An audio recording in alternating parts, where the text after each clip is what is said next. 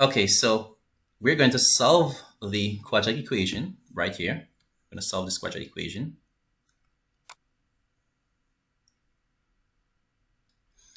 Using the formula. And this is the formula. Call it the quadratic formula. Now what I've put on the board here is question number 1 and question number 2. And these are the solutions. We have the solutions for the first question. We have the solutions right here for the second question. You can jot these down. All right, jot this down somewhere in your book, whatever you're working with. And then you can go through the same process that I would have gone through for this question using the formula. So you're going to do the same thing with this question and this question right here, question number 2. And these will be the solution that you end up with. If you don't get these solutions, you can actually send me, you can actually post a comment below explaining that you did not get the same solutions. You want me to make a video or something. All right, so let's go on now with the actual question we're given. Now, the first thing you want to do is the label. So the equation we're working with is 3x squared plus 7x minus 6 equals 0. When I say label, I mean you want to identify what A is, what B is, and what C is.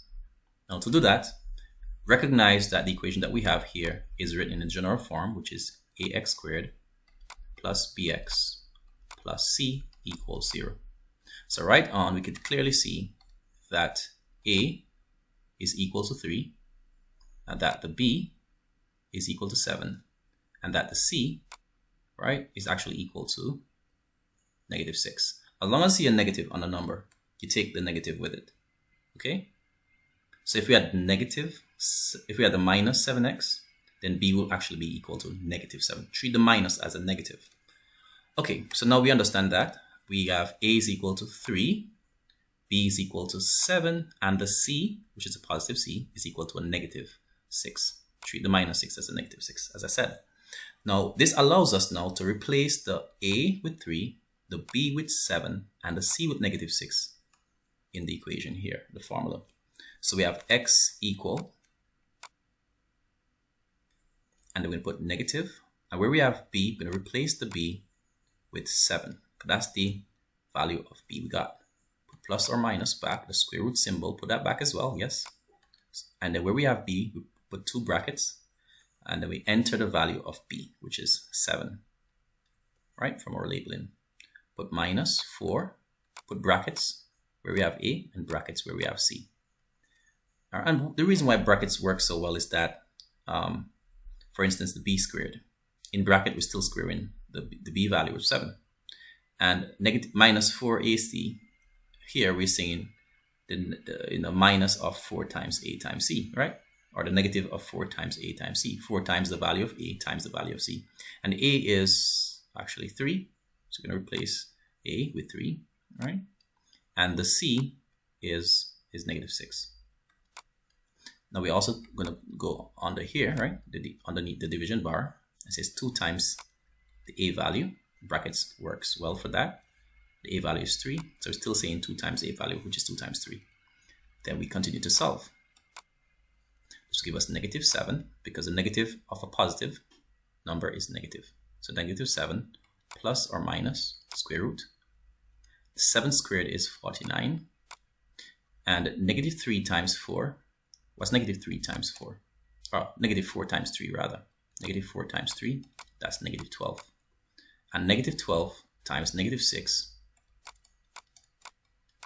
is equal to positive, because negative times negative is positive, and 6 12 is 72. So we have worked out negative 4 times 3 times negative 6 as positive 72. So we're going to replace all of this with positive 72.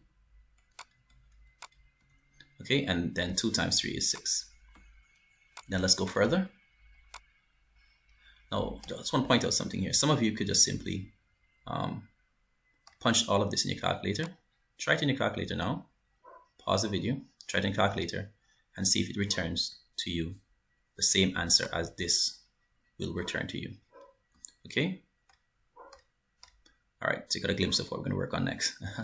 Okay. Okay, so that's going to be now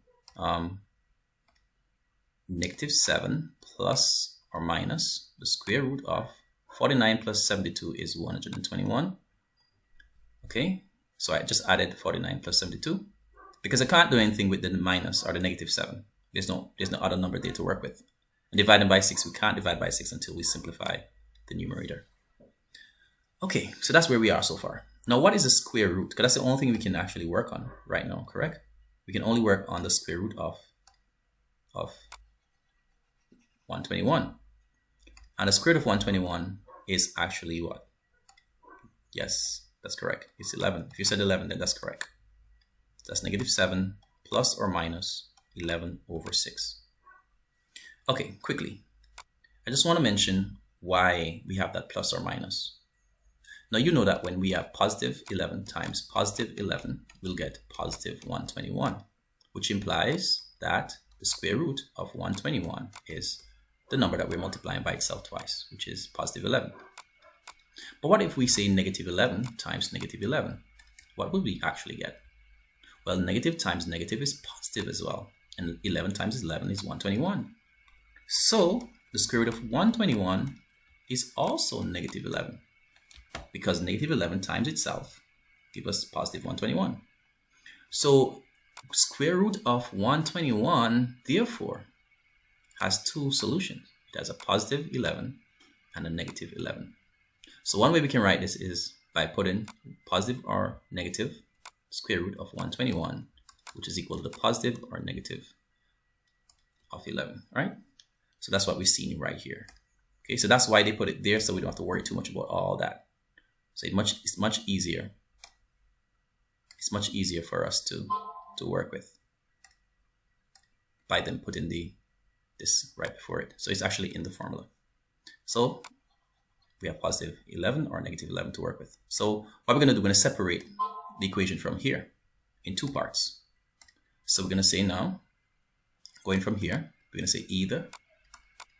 Let's look at the first solution. So in one instant, we're going to take the positive. In one instant, we're going to take the positive. So when I say take the positive, I mean I'm going to work with what? I'm going to work with the plus sign here. Because we have plus or minus as operations, right? So let's work with the plus. So I'm going to say either. Let's write x equal -7 in the numerator. We're using the plus, divided by 6. And when we simplify that, what would we get? We're going to get that. Well, -7 plus 11, different signs, difference. Let's subtract, we're going to get a 4 actually over 6. I'm going to divide the top and bottom by 2. That leaves us with 2/3. So the first x solution is 2/3.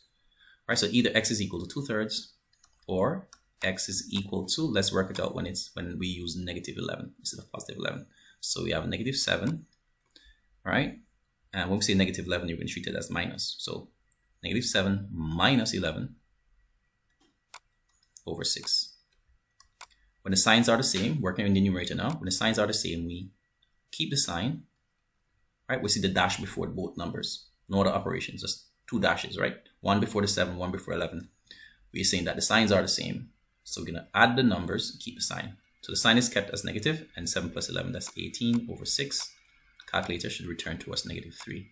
6 goes into 18 3 times, no remainder.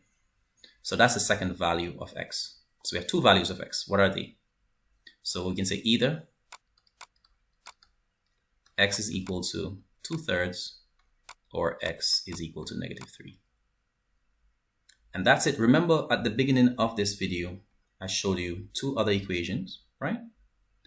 And told you that you should try to work on them and see if you get the same solutions that I posted below. I put below those equations, all right?